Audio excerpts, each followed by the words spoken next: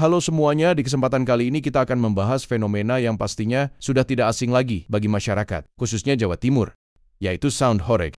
Kehadiran sound horeg ini ibarat diskotik berjalan di jalanan, lengkap dengan suara menggelegar, lampu warna-warni, dan para penari yang beraksi di dekat pengeras suara.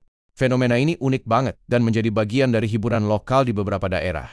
Menariknya, buat banyak orang di Jawa Timur, horeg ini bukan cuma sekadar sound system biasa. Kehadirannya justru dianggap sebagai bentuk hobi dan hiburan yang membawa nuansa khas daerah. Tidak sedikit yang merasa bahwa sound horeg ini punya daya tarik tersendiri. Apalagi karena membawa unsur kearifan lokal, mulai dari musik yang diputar sampai cara orang-orang berkumpul di sekitarnya. Semua jadi sebuah hiburan tersendiri yang beda dari yang lain. Tapi, di sisi lain, tidak semua orang nyaman dengan keberadaan sound horeg ini.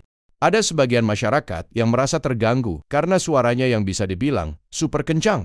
Jadi, sound system yang awalnya hanya untuk memeriahkan acara, akhirnya berkembang menjadi sebuah hiburan publik yang dampaknya bisa menimbulkan pro dan kontra. Tidak jarang, suara dari sound horeg ini bisa terdengar sampai jauh dan mempengaruhi kenyamanan warga sekitar.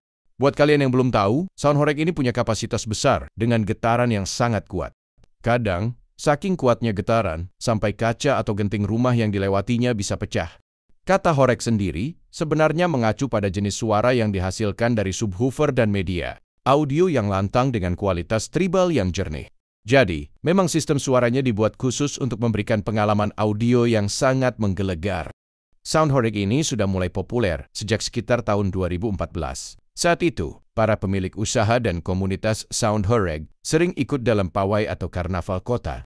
Namun, popularitasnya semakin melonjak di media sosial belakangan ini. Video-video sound horeg banyak berseliweran di sosmed, baik itu yang membawa kesan positif maupun negatif. Dan disinilah, sound horeg mulai dikenal di tingkat nasional dan jadi perhatian publik.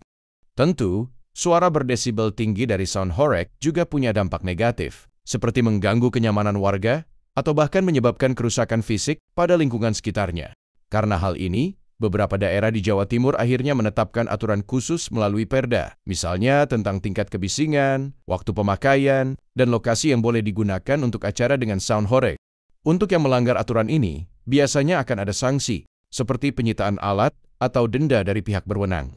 Meskipun ada pro dan kontra, sound horeg tetap jadi bagian dari budaya lokal di banyak daerah di Jawa Timur. Fenomena ini sering dimanfaatkan untuk acara-acara besar, termasuk pengajian atau acara politik yang bisa mengumpulkan banyak orang dalam satu tempat. Itulah sound horeg, hiburan unik yang membawa suasana khas. Namun, tetap perlu kita sesuaikan dengan aturan demi menjaga ketertiban bersama.